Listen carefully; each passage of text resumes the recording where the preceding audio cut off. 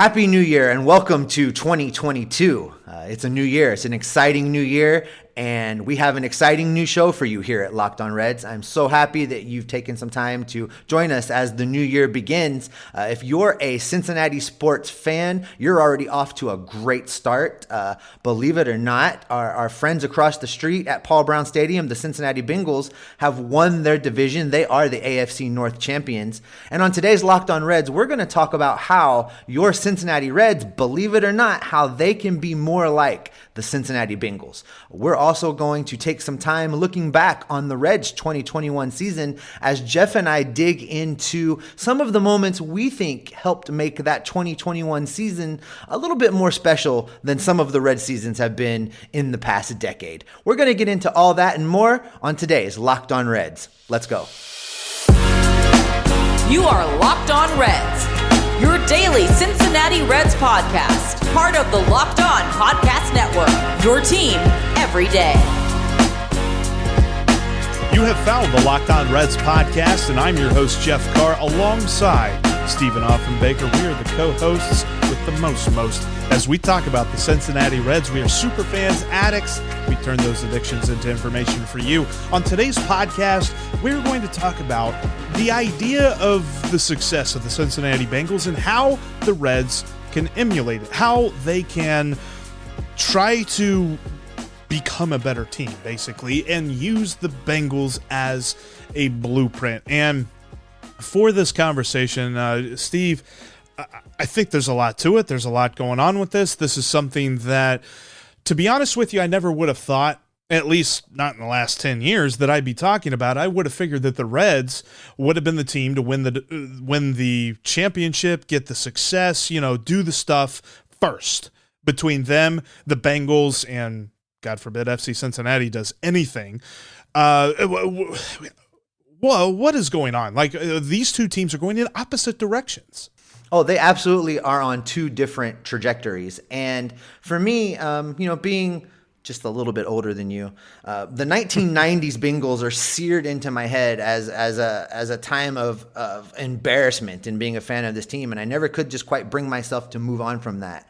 And the current ownership group for the Reds in the Castellini family feels an awful lot like the 1990s Mike Brown run Cincinnati Bengals.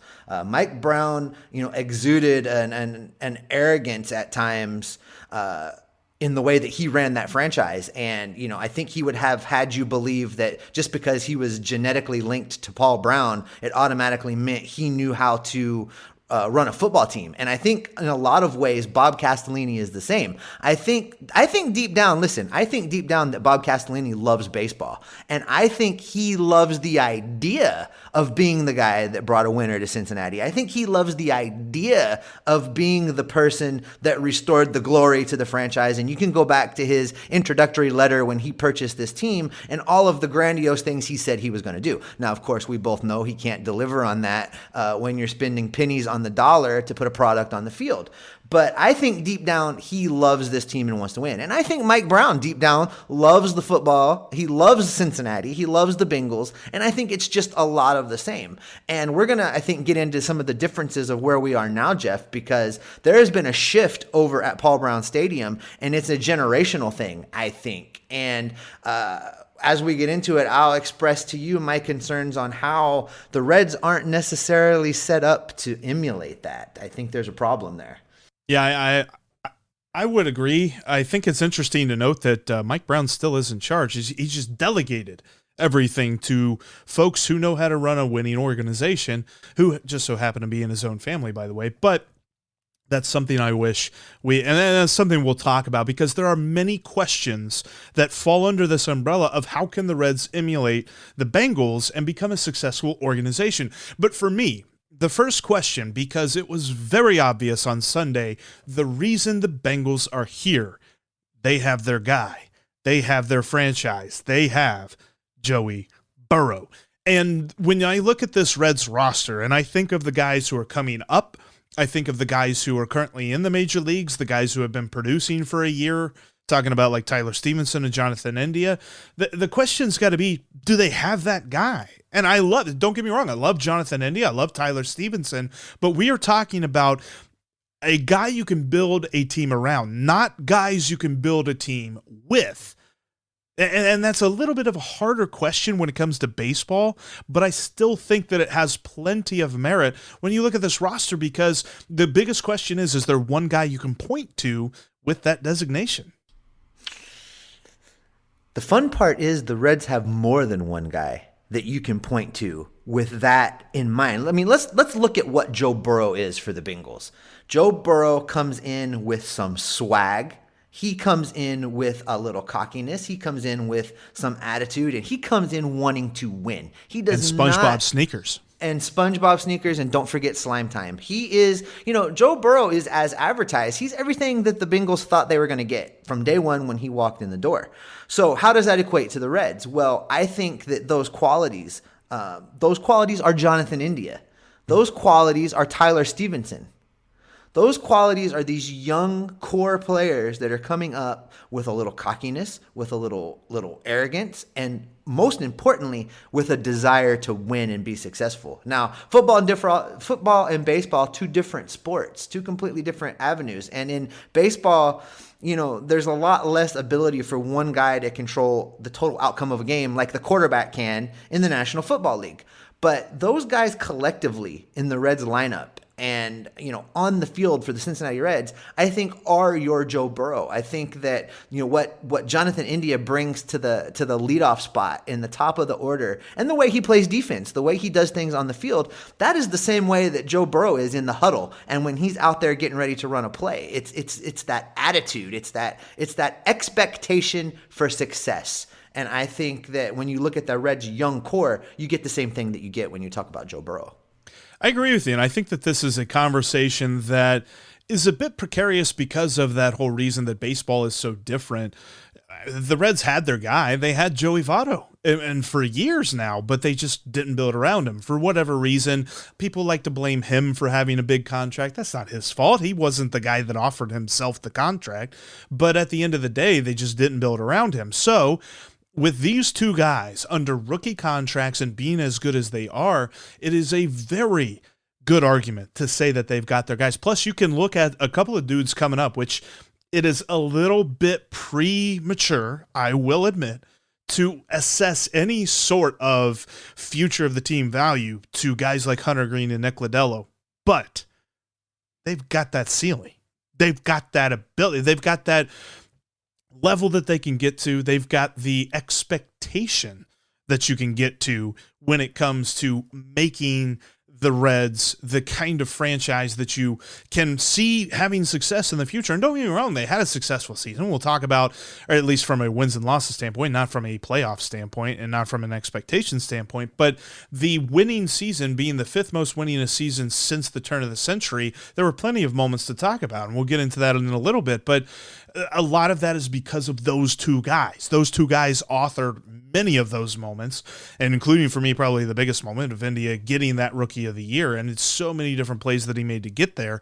But I'm with you. I think that they have the importance of a core. They have guys that they can build around, and I think that that is something that they've got to understand. This is not a team that needs to do a full teardown. This is not a team that needs to do the Orioles or do the Royals or do the Tigers and just get rid of everybody, start over, and wait till everybody is old enough to play in the major leagues. I think that this is probably a little optimistic to some, but I don't think it's that far-fetched.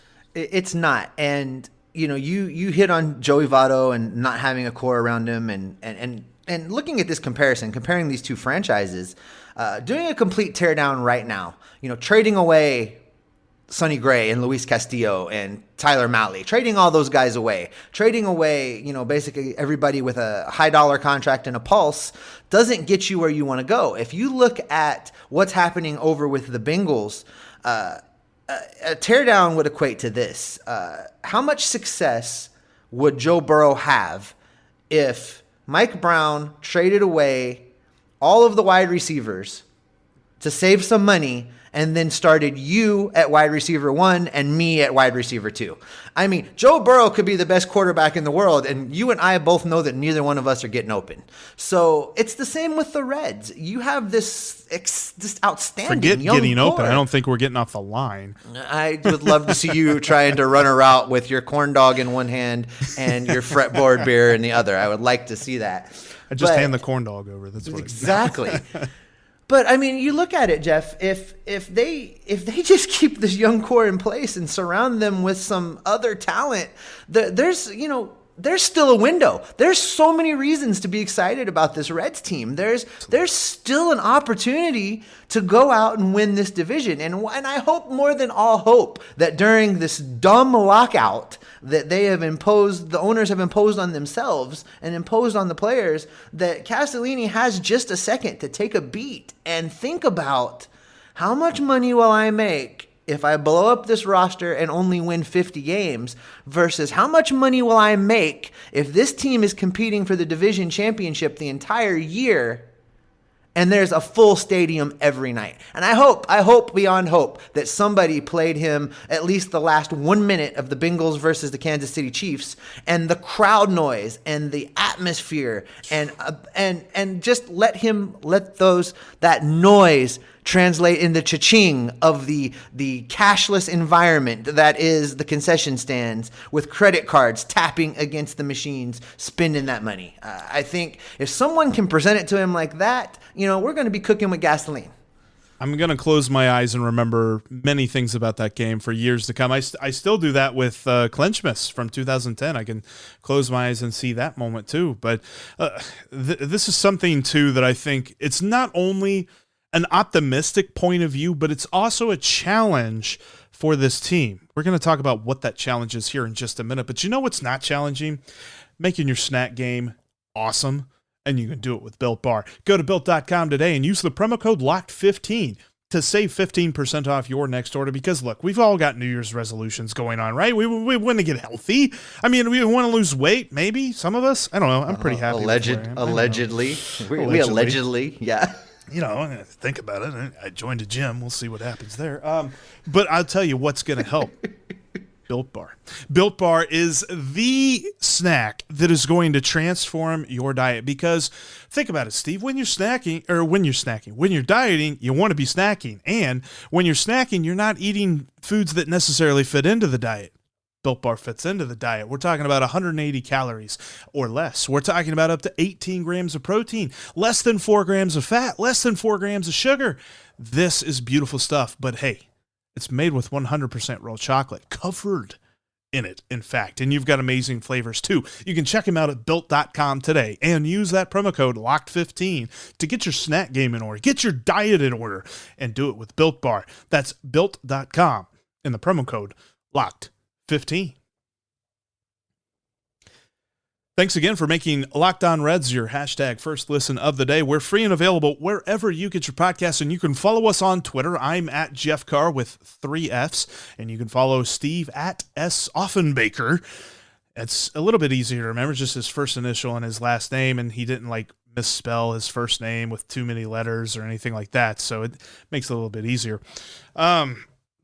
Steve, when we look at this core, when we look at these two guys in Stephenson and India, and the promise that is Hunter Green and Nick Lodolo, there are guys that the Reds can hang their hat on, and maybe not necessarily this year with Green and Lodolo, but maybe next year. I mean, I think this year they come up and they get their feet wet, and next year is when we really have the expectations for the two of those guys. But all in all, this is a huge challenge because they've got to build around them. We talked about it with Joey Votto. They didn't do it. You can look at the Angels and what they've done with Mike Trout. And now they've got Mike Trout and Shohei Ohtani. And how many playoff games did they win last year? I'm trying to remember. Same as the Reds, actually. It was. So, not to put in a dig there at our buddy Steve Granado at Locked On Angels, but it's the truth. I mean, you've got to build around talented guys. And look at how the Bengals did that. They didn't necessarily go out and get the most expensive dudes, although you can look at their roster and their 2 highest paid players were free agent signings that they made. But these aren't even necessarily $20 million free agents, which and football is few and far between compared to baseball. Usually quarterbacks are the ones that are getting that kind of money. But DJ Reader, Trey Hendrickson, the two most highest paid Bengals. Bet you didn't know that I knew that off the top of my head.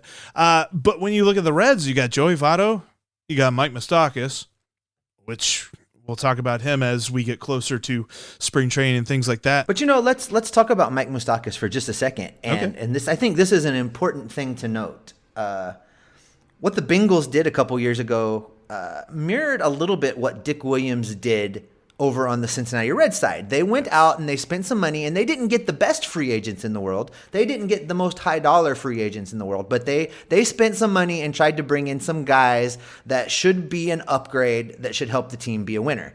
And one of those guys was Mike Moustakas. Now, in hindsight, we can look back and, oh my God, he's been hurt and he hasn't performed and all of these things. It didn't work out. They spent the money, they tried, it didn't work out. And that's the reason they're losing. No, it's not. Look at the Bengals. The Bengals did the same thing. They went out and they got some guys that weren't necessarily the most high dollar, but they were definitely upgrades that could help them win. And they spent some money to do it. And the Bengals had some busts in that process. They had some guys that came in and got injured in their secondary, just not pointing in any one person's direction or naming any names. But they did have a guy that basically spent the whole first year in town on the injured list. Didn't play at all. So I think it rhymes with Smay Fanes. Yeah, I think it does. Yeah. But let's look at that. Did that completely derail what they were trying to do? No. They adapted. They adjusted. They had somebody else step up. They had some people in key positions be able to get some playing time and excel. So, just because one guy didn't work out, that doesn't mean you don't try and you blow the whole thing up. And I think what happened over there with the Bengals is a great example of what happens if you demonstrate just a little bit of persistence and perseverance and continue to follow your plan. And as we get into this, how can the Reds be more like the Bengals in today's professional sport? I think that's the biggest takeaway. The biggest takeaway is to, put some people in charge that have a genuine desire to win. Yes. Lay out a course of how you're going to get there, and then you follow it. And yeah, you adjust along the way, but what the Bengals didn't do was blow up the plan every time a little something went wrong. Every time there was a curveball, pun intended, thrown their way. They didn't start all over. They just adjusted. And that's what's lacking in the Cincinnati Reds front office. Yes. There's got to be a point where they understand the plan that they had needs to be tweaked, not completely destroyed, like you mentioned. I totally agree with you. And I think that part of that just means make a trade or two, and not when a guy is at his lowest point of value. Like we keep saying, boy, it'd be nice if they could trade Mike Moustakas this offseason. It's not going to happen. Nobody's buying that contract right now. And I don't think that the Reds would really want to do that in the I think they'd want to. I don't know. I think that they believe when he comes back to the level that they think he can get to, if he's doing that at the DH spot for them, which I believe the Reds are going to have this year, what are we talking about? The fifth hitter, the sixth hitter in this lineup? And that's pretty good considering this lineup itself is already decently strong. If you see a couple of guys hitting the way that they should, Eugenio Suarez. But six is not unreasonable. I think you could even go lower. He could hit 7. Understanding that our catcher is probably going to hit 4. It kind of shifts everybody down a little bit. So, there's not going to be a lot of pressure on Moose to be the hero, to be the 3-4 hitter. He just has to go out and be a little bit consistent when he's given an opportunity. And I think he has enough baseball in his tank that he can do that. I think he can go out there and be a 7-hole hitter and give you average defense when he's in the field and not hurt the team. And, if everybody, Eugenio Suarez, picks up their game just a little bit, like you say, the Reds have an opportunity to win and be relevant. I agree. And when you think about guys like that who could come back, it infuriates me even just a little bit more to know that there's so many rumors out there and pretty much everybody expects them to go out and trade one of or two of Sonny Gray, Luis Castillo, and Tyler Mahle. How about I say every name on the roster? Yeah, but when there's rumors of them trading one or two of those three guys, when you get rid of those guys, that's when you get rid of the idea of the Reds contending for anything meaningful this year and maybe the following year. I think it's going to be very interesting to see what they do out of this lockout, because it's got to be with the idea in mind to support Jonathan India and Tyler Stephenson, and not the idea of, hey, let's be good in 6, 7, 8 years. Like, that's not a thing. That should not be a thing anymore. And part of that, I think, has to do with the culture and the environment that Major League Baseball has created in its sport. But in order to change that, there are some things that have to happen. That is something for another episode, though. I tell you what, we coming up, we're going to change up, because we've been talking a little bit of seriousness. We've been talking about, comparisons, and maybe thinking about the Reds is not so good, and make thinking some down thoughts. Let's think happy thoughts, Steve. We got some happy thoughts, some happy memories from this past year that we are going to talk about here in just a moment. And thanks again for everybody that's listening to today's podcast. If you have not already done so, make sure you're following on your favorite podcasting app, and make sure you're subscribed right here on YouTube as well. And Steve, I don't know if you know this or not. We got a telephone number, 513-549-0159, the Locked On Reds line. They can ask you questions. They can ask me questions. I prefer if they ask both of us questions, but if they want to know what poi is, maybe they could talk to you about it. Well, I got you on that one. So yeah, hit us up, 513-549-0159, or you can hit us up on Twitter at the handles we mentioned earlier, at Jeff Carr with 3 Fs and at S. Offenbaker. You can hit up the show as well at Locked On Reds. All right, Steve, this is in no particular order, because I think there were a lot of them.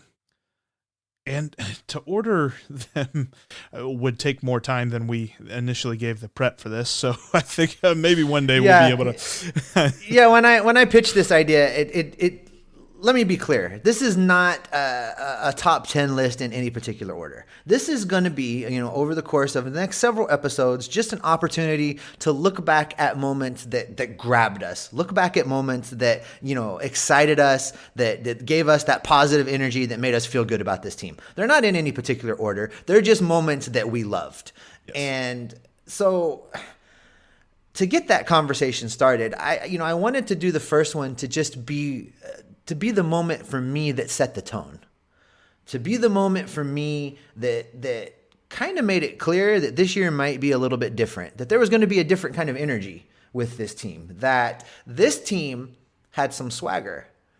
And of course, you don't have to look very much farther than our friend Nicholas Castellanos to find the guy with some swagger. And so that's where we're going to start. That moment for me is the Cincinnati Reds versus the St. Louis Cardinals. That moment for me is Nick Castellanos getting plunked with a baseball, picking it up, showing it to the pitcher, and then coming around and colliding with him at home plate. We all know what happened after that. Yadi Nektat grabs Nick Castellanos by the back of the neck. The bench is clear, and somehow, inexplicably, Nick Castellanos is the only one that gets suspended in that whole mess. But let me tell you what it told me. It told me this team was going to have fight. It told me that this team was going to have attitude. It told me that this team was not going to accept being disrespected, mistreated, or abused. And it was exciting.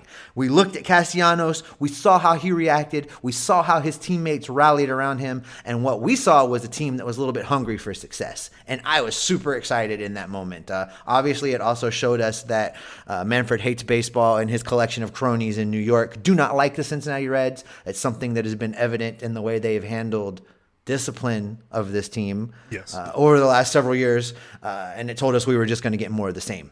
But it definitely gave us the right energy heading into the 2021 baseball season. Well, and I think, too, it's important to give the team credit for having the right focus on where to put that fight, because in years past, we saw it with the Pirates fight, a couple of different Pirates fights, and that they got into a bunch of fights and a bunch of players get suspended. David Bell gets suspended, things like that. Nick Castellanos was the only guy to get a suspension from that, and he shouldn't have been. I I don't know anybody that disagrees with that point unless they're wearing like a Cardinals hat or something or a Molina jersey.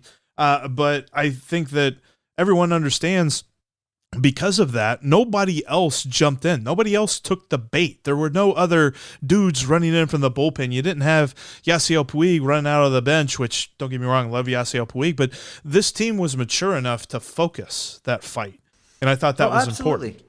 Yeah, I mean, if you look back, Castellanos was actually walking away from Captain Throat Slash when he grabbed him by the back of the neck. I mean, the energy was not I'm going to start a fight. The energy was not you hurt my feelings and I'm going to retaliate. The energy was, it's a family-friendly podcast, so I can't exactly use the exact quote on the energy, but it was "let's frickin' go." That was the energy. That was what was being said with the flex. And well, remember too, he was like standing there. Castellanos was standing there with his hands behind his back, like not getting involved, and then somehow still gets suspended. That's ridiculous. And for a second too, let's talk about the fact that the pitcher's name was Woodford. Still haven't had a sip of Woodford Reserve from that. You're a liar. You have had not from Woodford Reserve. Other bourbons, but not that.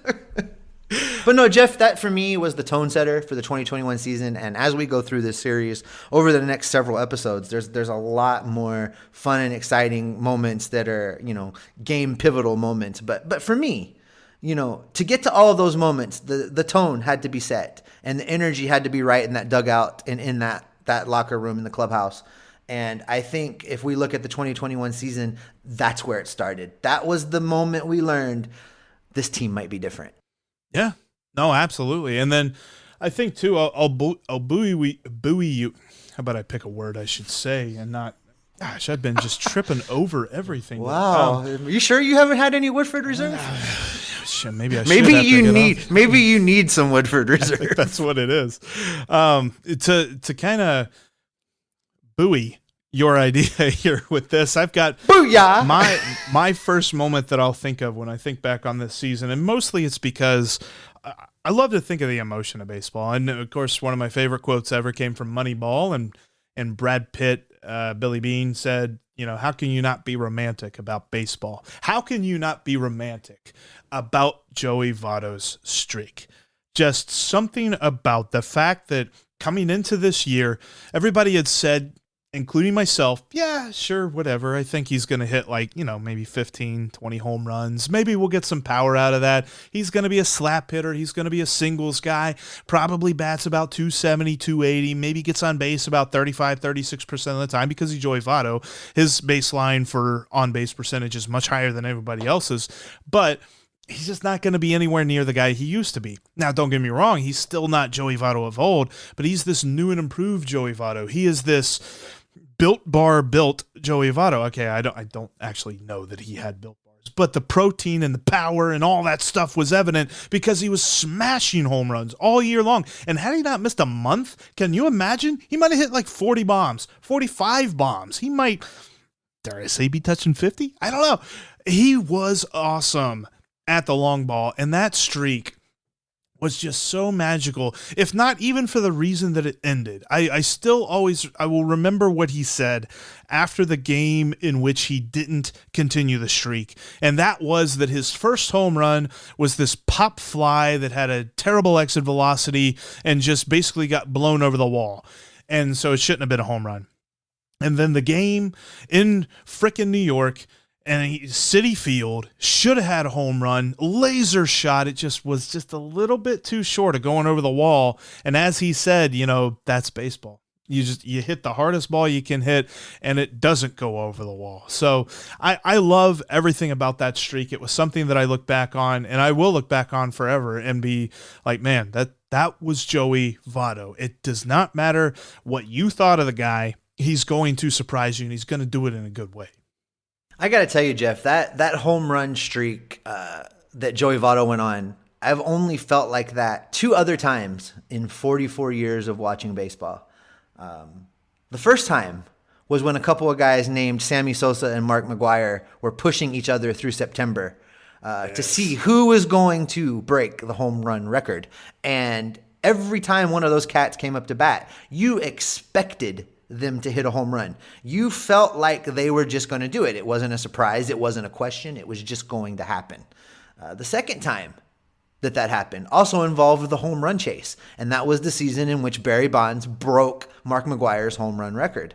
Watching the at-bats that year, you fully expected that if there was a pitch anywhere near the plate, Bonds was going to park that sucker in McCovey Cove. It was just gonna happen. And then we get to Joey Votto during that home run streak. When he came into the box, I think the announcers could feel it. If you go back and listen to the calls, both on the radio and the television side, both of the play-by-play guys, you could sense that energy. You could feel it. They believed Votto was going to homer. They believed that it was just going to happen. Watching it, in the moment, I had no question Joey Votto was going to hit a home run. Boom, he hits a home run. It was like, yeah, I knew he was going to do that. It felt that way right up until that last one. When that last one didn't clear the fence, I was shocked. Yeah. I mean, I simply was just shocked. I had no doubt in my mind it was going, and I think you summed it up best with Joey's reaction after the game, which is, that's baseball. That's baseball. You're right. That's baseball, and it was just so much fun. From a getting to watch it and enjoy it standpoint, I'm happy that Joey Votto is, in some small ways, reminding people what a pleasure it has been to be able to watch him his entire career here in Cincinnati.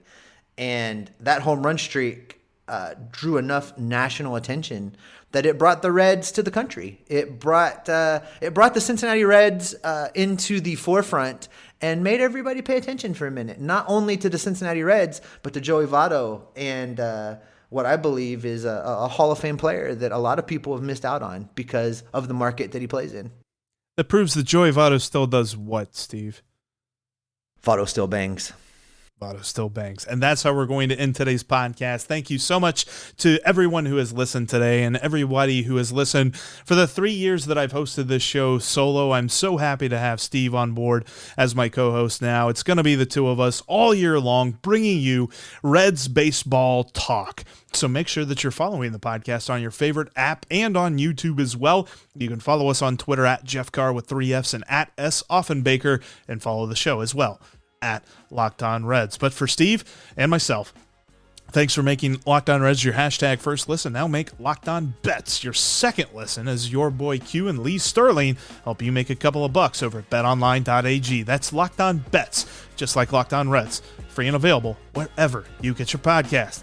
Hey, look, it might be the off season and we might be locked out, but Steve, what are we? We are Locked On Reds.